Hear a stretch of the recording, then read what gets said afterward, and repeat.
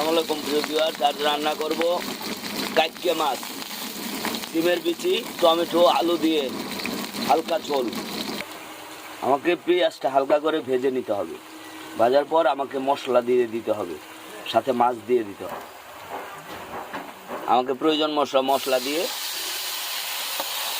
কষাতে হবে। আমাকে মাছটাও দিয়ে দিতে হবে। মাছ দিয়ে কষালে গন্ধ থাকবে না। মাছ অনেক সময় ভেজে নিতে হয়, যারা না ভাজবেন তারা এইভাবে রান্না করবেন। মশলা এবং মাছ কষানো হয়ে গেলে মাছ উঠাই রেখে তরকারি দিয়ে দিতে হবে। আপনাকে অবশ্যই খেয়াল রাখতে হবে, কষানির উপরে কিন্তু তরকারির স্বাদ। পানি কমাই দিয়ে কষাতে হবে এবং পানি শুকাই গেলে আপনি নিজেই বুঝতে পারবেন।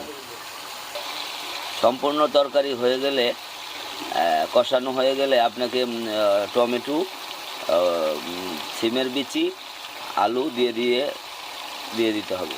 তারপর আপনাকে পানি দিয়ে কষাতে হবে, দিয়ে একদম বসাই দিতে হবে। তরকারি 70% হয়ে গেলে আমাকে বাকি কষানো মাছটা দিয়ে দিতে হবে। বাস ঝটপট হয়ে যাবে। কাকলে মাছ ঝোল সিমের বিচি দিয়ে। ধন্যবাদ সবাইকে, পাশে থাকবেন, রান্না শিখবেন। প্রত্যেকটা মানুষের রান্না শেখা জরুরি। দোয়া করবেন আপনাদের যাতে আরও রান্নার ভিডিও দিতে পারি। আসসালামু আলাইকুম ওয়া রাহমাতুল্লাহি ওয়া বারাকাতুহু।